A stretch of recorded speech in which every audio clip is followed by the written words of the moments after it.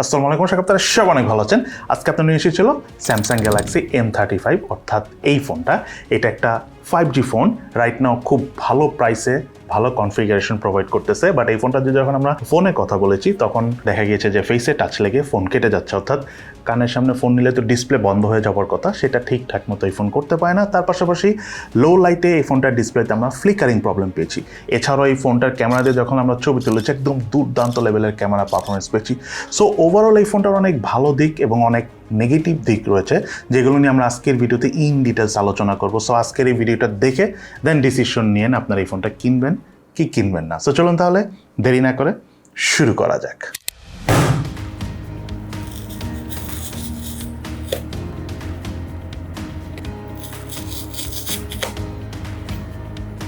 মোবাইলটির box কন্টেন্টে রয়েছে user manuals, SIM tray ejector, type C to type C USB charging কেবল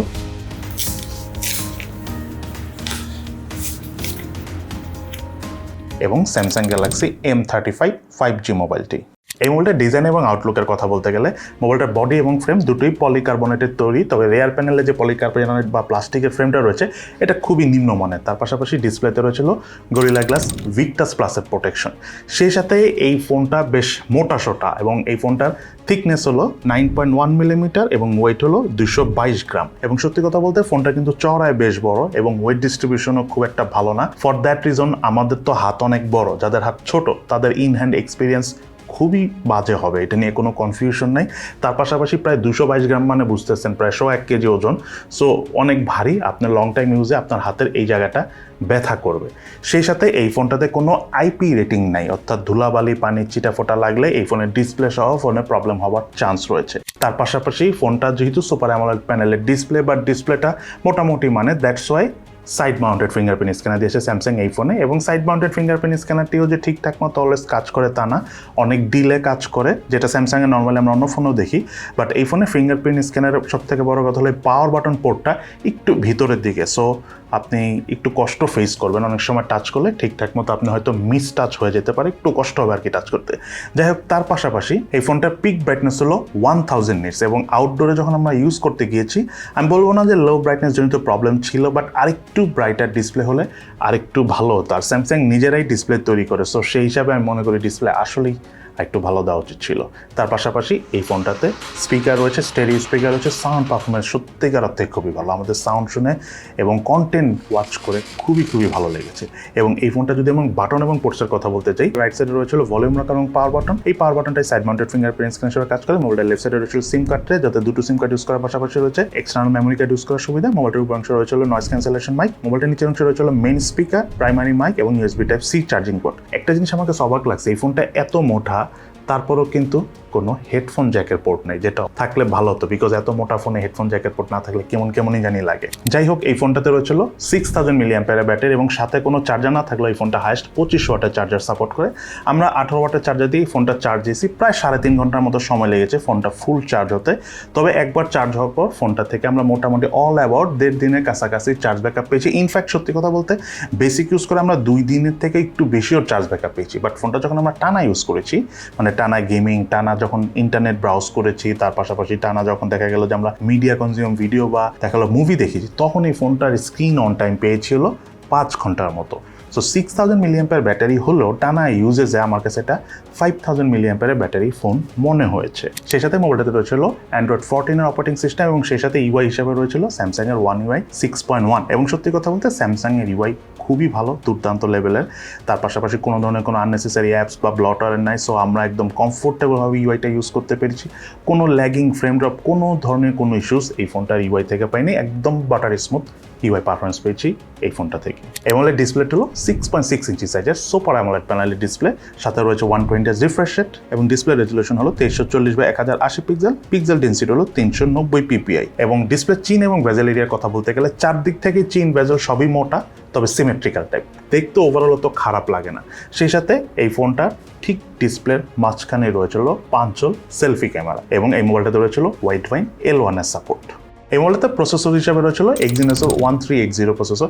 এটি একটি 5G processor এবং এই প্রসেসরের ট্রানজিস্টর সাইজ হলো 5 ন্যানোমিটার। জিপিইউ হিসেবে মোবাইলটিতে রয়েছিল মালি G68। মোবাইলটির আন্তর্জাতিক স্কোর পেয়েছি আমরা 6,01,304। বেঞ্চমার্ক স্কোর টেস্টের রেজাল্ট আমরা স্ক্রিনে শেয়ার করে দিয়েছি। এই মোবাইলটার রিয়ার প্যানেলে ট্রিপল ক্যামেরা সেটআপ রয়েছে, যার মধ্যে মেইন ক্যামেরাটা হলো 1.8 অ্যাপারচারের 50 মেগাপিক্সেলের ক্যামেরা, যাতে সেন্সর হিসেবে রয়েছে সনির LYT600 সেন্সর। দেন আরেকটি ক্যামেরা হলো 8 মেগাপিক্সেলের আলট্রা ওয়াইড ক্যামেরা। দেন সর্বশেষ ক্যামেরাটা হলো 2 মেগাপিক্সেলের ম্যাক্রো সেন্সর ক্যামেরা। এই মোবাইলটার ক্যামেরা দিয়ে যখন আমরা ছবি তুলেছি, ছবির পারফরমেন্সের কথা বলতে গেলে অবজেক্ট ফোকাসিং খুবই ভালো ছিল। সাবজেক্ট টু সাবজেক্ট কালার আলাদাভাবে কন্ট্রাস্ট সহ ক্যাচ করতে পারতেছিল, কালার ডিটেলসটা অনেক ভালো ছিল। তার পাশাপাশি পোর্ট্রেট মোডে ডায়নামিক রেঞ্জ আমাদের কাছে যথেষ্ট ভালো লেগেছে। এজ ডিটেকশনও ঠিকঠাক ছিল এবং কিছু কিছু ছবিতে আমরা এক্সট্রা একটু স্যাচুরেশন বা রেড টোনে দেখা পেয়েছি, বাট ওভারঅল মোটামুটি ন্যাচারাল ছবি পেয়েছি এই ফোনটার মেইন ক্যামেরা থেকে। এই মোবাইলটাতে highest 4K 30 fps video shoot করা যায়, বা 1080p 60 fps আমরা ভিডিও শুট করে বেশ স্টেবল পারফরমেন্স পেয়েছি। ভিডিও ক্যামেরা পারফরমেন্স এই বাজেট রেঞ্জের যে কোনো ফোনকে বিট করতে পারবে।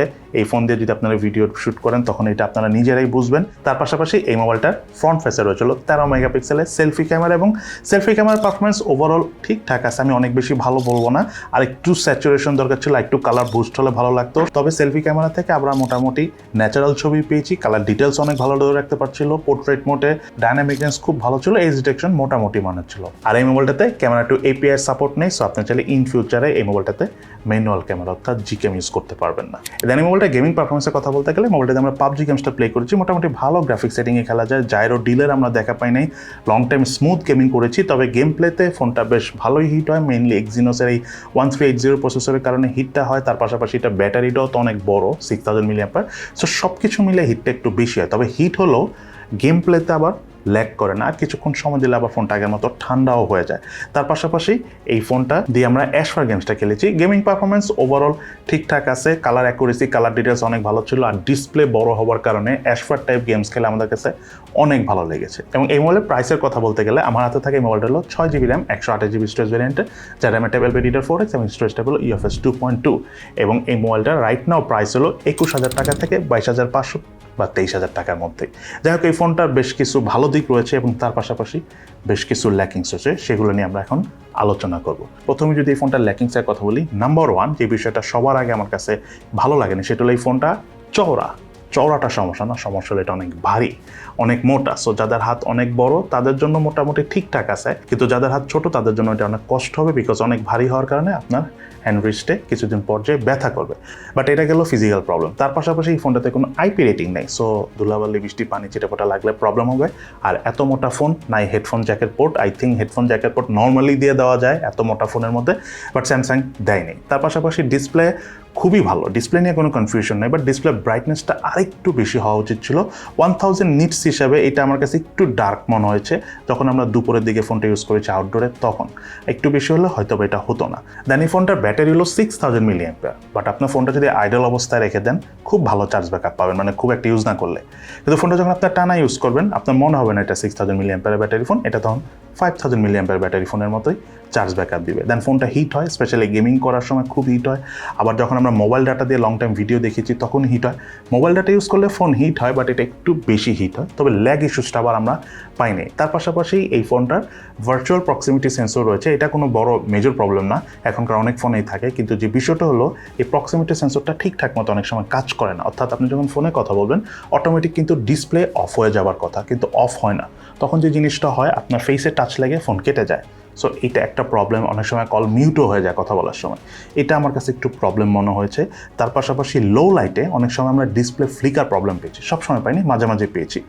এই দুইটা জিনিস আই থিঙ্ক স্যামসাং চাইলেও সফটওয়্যার আপডেটে ঠিক করতে পারবে না, সো দ্যাটস আপনাদের সাথে আমরা শেয়ার করলাম।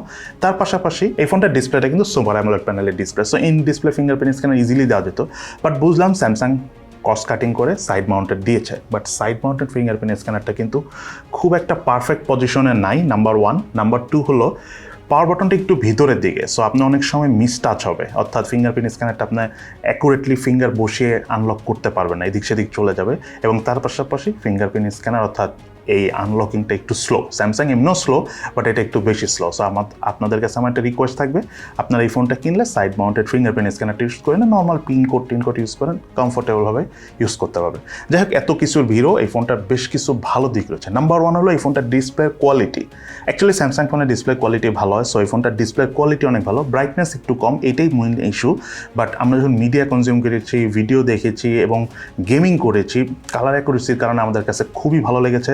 সাউন্ডের পারফরমেন্সও দুর্দান্ত লেভেলের ছিল, আপনাদের কাছে অনেক ভালো লাগবে। তার পাশাপাশি ফোনটা দিয়ে আমরা গেমিং করে অনেক মজা পেয়েছি।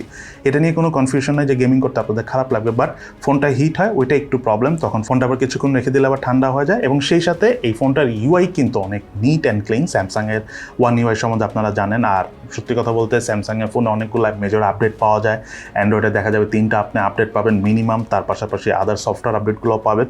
সো ওই দিক থেকে ইউআই অনেক ভালো, মানে লং টাইম ইউজ আপনি একটা কমফোর্ট ফিল পাবেন। দেন হলো সব কথা শেষ কথা, এই ফোনটা আসলে কাদের জন্য কেনা উচিত। মেইনলি এই ফোনটা যেই প্রাইসে পাওয়া যাচ্ছে এটা সত্যি কথা অনেক ভালো, বাট স্টিল আমার কাছে মনে হচ্ছে যে এই ফোনটা থেকে Samsung Galaxy A15 much better deal. এটা আমার কাছে একটা হাইব্রিড ফোন মনে হয়েছে, অর্থাৎ স্যামসাংয়ের হয়তো বিভিন্ন পার্টস পড়েছিল, হয়তো বা তাদের যেটাকে বলে গোডাউন, গুদাম বা ফ্যাক্টরি বলেন, সব কিছু মিলিয়ে এই ফোনটা নিয়ে আসছে। কারণ এই ফোনটা ওভারঅল অপটিমাইজ না। স্যামসাংয়ের এরকম ফোন আমরা মাঝে মাঝে পাই যে অনেক কিছু মিলিয়ে একটা ফোন বানায় ফেলে, স্পেসিফিকেশন অনেক স্ট্রং, বাট পারফরমেন্স ওই রকম না। এটা খুব রেয়ার হয়, সবসময় হয় না। আমার কাছে এই ফোনটা তেমনই মনে হয়েছে। এইটা থেকে স্যামসাং গ্যালাক্সি A15 একে তো এটা থেকে প্রায় 4-5 হাজার টাকা দাম কম, তার পাশাপাশি পারফরমেন্সও কিন্তু অনেক ভালো। আবার আপনারা যদি এই 5G চান তাহলে স্যামসাং গ্যালাক্সি A15 5Gটাও নিতে পারেন। সো ওভারঅল আমার কাছে এই ফোনটা রাইট নাও সবচেয়ে বেস্ট ডিল মনে হয় নাই। এর থেকে আমার কাছে স্যামসাং গ্যালাক্সি A15 18-19 হাজার টাকা যেটা পাওয়া যাচ্ছে সেটা সব দিক বিবেচনায় বেস্ট। সো এই তাহলে আমাদের আজকের ভিডিও। কেমন লাগলো আপনাদের কাছে এই ফোনটি এবং আমাদের আজকের রিভিউ ভিডিওটি, সেটা কিন্তু অবশ্যই ভিডিওর নিচে কমেন্টস করে জানাবেন। সবাই ভালো থাকেন, সুস্থ থাকেন, ইনশাল্লাহ দেখা হবে ফিউচারে।